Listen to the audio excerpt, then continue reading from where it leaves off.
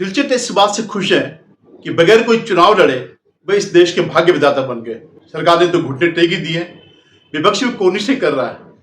अब तिलचट्टे जो है बीजेपी के गुंडों के पक्ष में आ गए और उसके लिए सुप्रीम कोर्ट को भी धमका रहे हैं। आप कहेंगे कि भाई क्यों बीजेपी के गुंडों का पक्ष क्यों ले रहे हैं?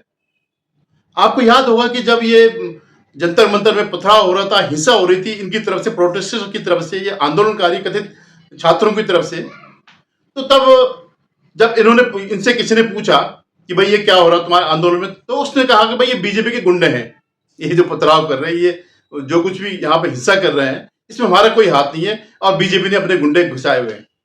अब उन्हीं गुंडों को बचाने के लिए ये तिलचट्टे जो है बाहर निकल गए हैं। हुआ क्या कि पुलिस की ज्यादती के खिलाफ ये लोग जो है उसमें गए, सुप्रीम कोर्ट में गए कि उनको जो है पनिश करने के लिए, कि इनको पनिश किया जाए। और जानने वाले वही गिरोह जो 24 साल से मोदी जी के पीछे पड़ा हुआ था, तो वो चले गए वहां पर सुप्रीम कोर्ट में कि साहब ये पुलिस के खिलाफ जांच की जाए। सरकार भी वहां चले गई कि जो है क्या क्या इसमें हुआ।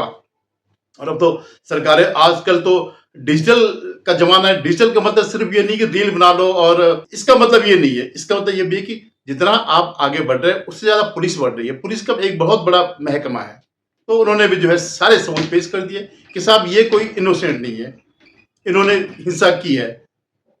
और इस पर जो है सुप्रीम कोर्ट ने जो है, सीजीआई ने जो है कहा भाई ठीक है, इस पर एक एसआईटी गठित होगी, सब सारे उनका जांच किया जाएगा, सब अपने एविडेंसेस सुरक्षित रखें।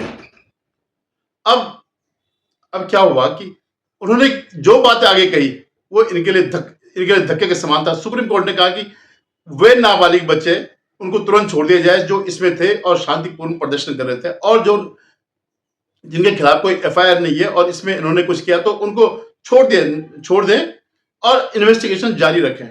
उन्हें बीजेपी के जो गुंडे हैं जिन्होंने इनके हिसाब से यहाँ पे गुंडागर्दी करी, अब ये उनको बचाने आ गए। सुप्रीम कोर्ट को मानने को साफ मना कर दिया कि सुप्रीम कोर्ट कौन होता है, अब तो सुप्रीम हम है।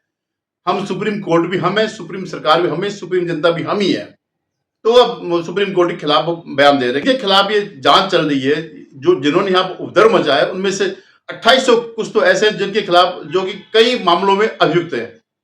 अब उनको तो छोड़ा नहीं जाएगा। उसमें इनके नदीम भाई भी है, वो जो खाना खिलाने वाला, और ऐसे कई है। अब कहीं ये जो सलीम यादव जितने भी थे, ये सब किनारे हो गए। जो तब कहता और पूरी दुनिया से भीड़ आ रही है और दिल्ली की सारी गलियों से आ रहे, अभी दुबक गए इनको फंसा करके।